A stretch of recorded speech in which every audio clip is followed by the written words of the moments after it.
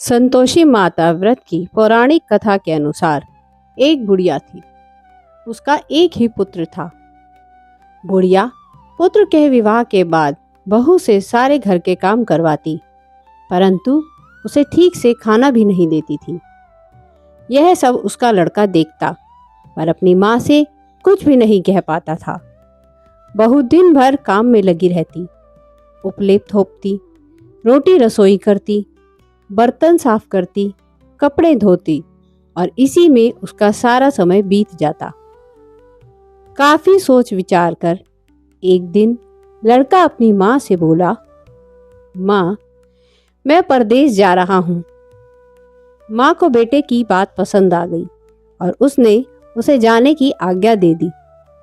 इसके बाद वह पत्नी के पास जाकर बोला, मैं परदेश जा रहा हूँ, तुम मुझे अपनी निशानी दे दो।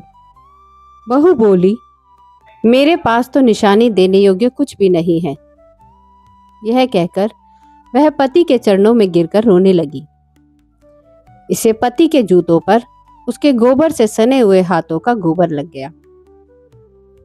पुत्र के जाने के बाद सास के अत्याचार बढ़ते गए।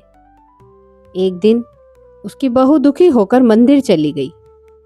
वहां उसने देखा कि बहुत सी स्त्रियां पूजा कर रही हैं। उसने स्त्रियों से व्रत के बारे में जानकारी ली तो वे बोली कि हम सब संतोषी माता का व्रत कर रही हैं।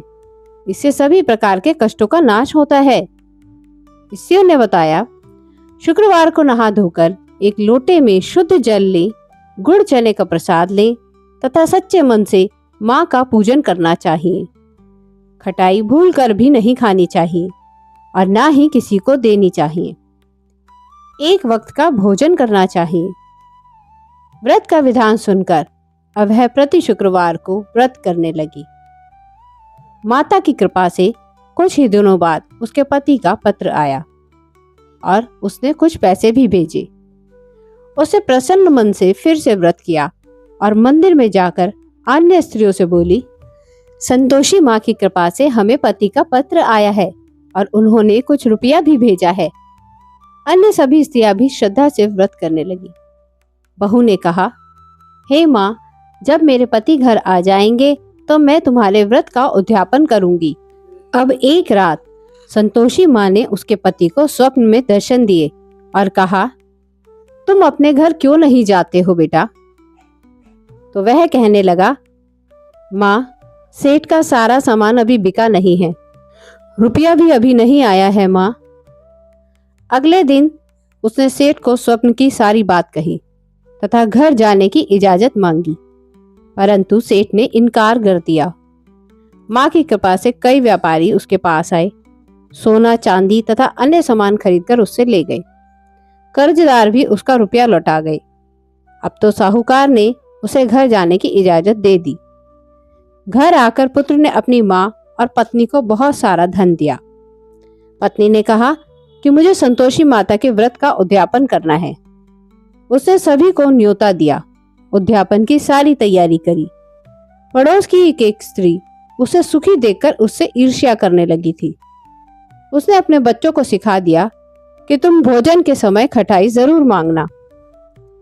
अब उद्यापन के समय खाना खाते खाते बच्चे खटाई के लिए मचल उठे तो बहू ने पैसा देकर उन्हें बहलाया।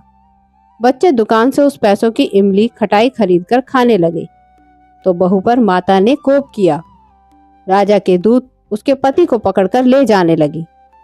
किसी ने उसे बताया कि उद्यापन में बच्चों ने पैसों से इमली की खटाई खाई है, तो पुनः बहू ने व्रत का उद्यापन का संकल्प किया।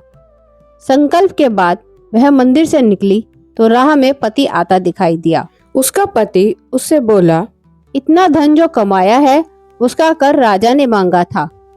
अगले शुक्रवार को उसने फिर से विधिवत व्रत का उद्यापन किया।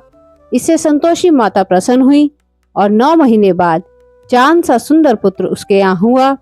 अब सास, बहू तथा बेटा माँ की कृपा से आनंद से रहने लगे। जय माँ संतोषी।